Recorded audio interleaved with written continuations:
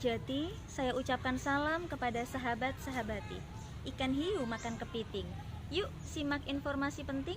Assalamualaikum warahmatullahi wabarakatuh. Alhamdulillahirrabbilalamin. Puja-puji syukur kita haturkan kehadirat ilahi Rabbi yang sampai detik ini memberikan selaksa karunia dan rahmatnya hingga kita masih bisa merasakan syahdunya udara dan kehidupan yang telah ia limpahkan.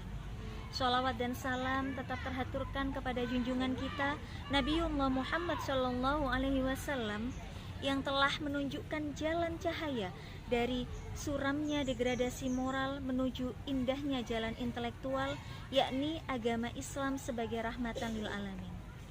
Pada pembahasan kali ini kita akan membahas tentang sesuatu yang urgen dalam kehidupan seorang perempuan, sesuatu yang selalu menjadi polemik dan dinamika dalam kehidupan, khususnya kehidupan perempuan.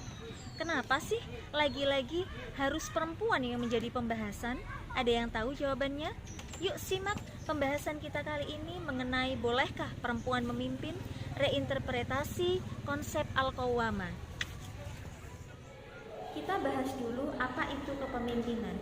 Pemimpin adalah orang yang dikenal dan berusaha mempengaruhi pengikutnya untuk merealisasikan misinya. Di masa sekarang atau di era sekarang sudah tidak lagi aneh apabila ada kaum perempuan yang mengambil alih pemerintahan atau sebuah daerah yang diprakarsai dan dikepalai oleh kaum perempuan. Contohnya saja Ibu Gubernur kita, Ibu Khofifah Indar Parawansa, Bupati Tegal, Ibu Umi Aziza, Bupati Purwokerto, Ibu Ana Ratna Mustika, Wali Kota Mojokerto, Ibu Ika Puspitasari, atau Bupati Musirawas, Ibu Ratna Mahmud. Selain dari kepala daerah tersebut, masih banyak lagi kaum perempuan yang memegang jabatan penting dalam kabinet pemerintahan di Indonesia. Sebut saja Ibu Sri Mulyani sebagai Menteri Keuangan Republik Indonesia, Ibu Ida Fauzia sebagai Menteri Ketenagakerjaan, dan Ibu Siti Nurbaya Bakar sebagai Menteri Lingkungan Hidup dan Kehutanan, serta masih banyak lagi kaum perempuan yang memiliki jabatan penting dalam peradaban atau sebuah pemerintahan. Lalu muncul pertanyaan, lantas bagaimana pandangan Islam tentang pemimpin perempuan? Dalam Quran Surat An-Naml ayat 23, Allah berfirman, A'udzubillahi minasyaitonirrajim, Bismillahirrahmanirrahim, Inni wajadtu imra'atan tamlikuhum wa utiyat min kulli syai'in wa laha 'arsyun 'azim. Artinya, sungguh aku bertemu dengan perempuan yang memerintah mereka. Dia dianugerahi oleh segala sesuatu dan memiliki singgasana yang besar. Ayat ini menceritakan bahwa Ratu Balqis adalah role model pemimpin perempuan yang memiliki jiwa kepemimpinan yang arif, demokratis, bijaksana, dan kemampuan intelektual dalam memegang jabatan-jabatan penting atau memegang kebijakan yang sesuai dengan kemaslahatan rakyatnya, sebagaimana yang digaungkan dalam Islam. Tasarruful imam ala ra'iyah manutum bil maslahah.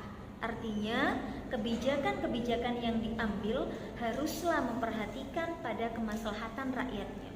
Lalu ada pertanyaan muncul, jika perempuan boleh menjadi pemimpin, maka kenapa tidak sekalian menjadi imam sholat, atau imam dalam keluarga?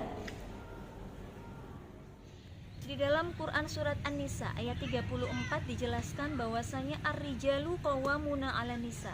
Artinya, laki-laki adalah pemimpin bagi perempuan. Lantas jika perempuan menjadi pemimpin, apakah tidak boleh? Tunggu dulu.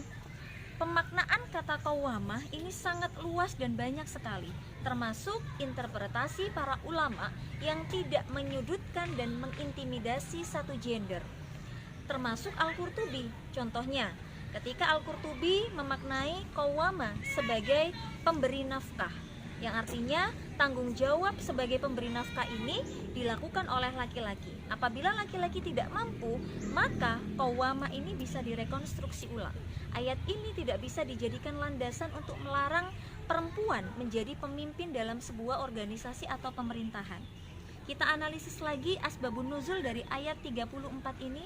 berada di ayat sebelumnya, yakni ayat 32, yang artinya, dan janganlah kamu iri terhadap apa yang dikaruniakan oleh Allah kepada sebagian yang lain dan lebih banyak dari kamu.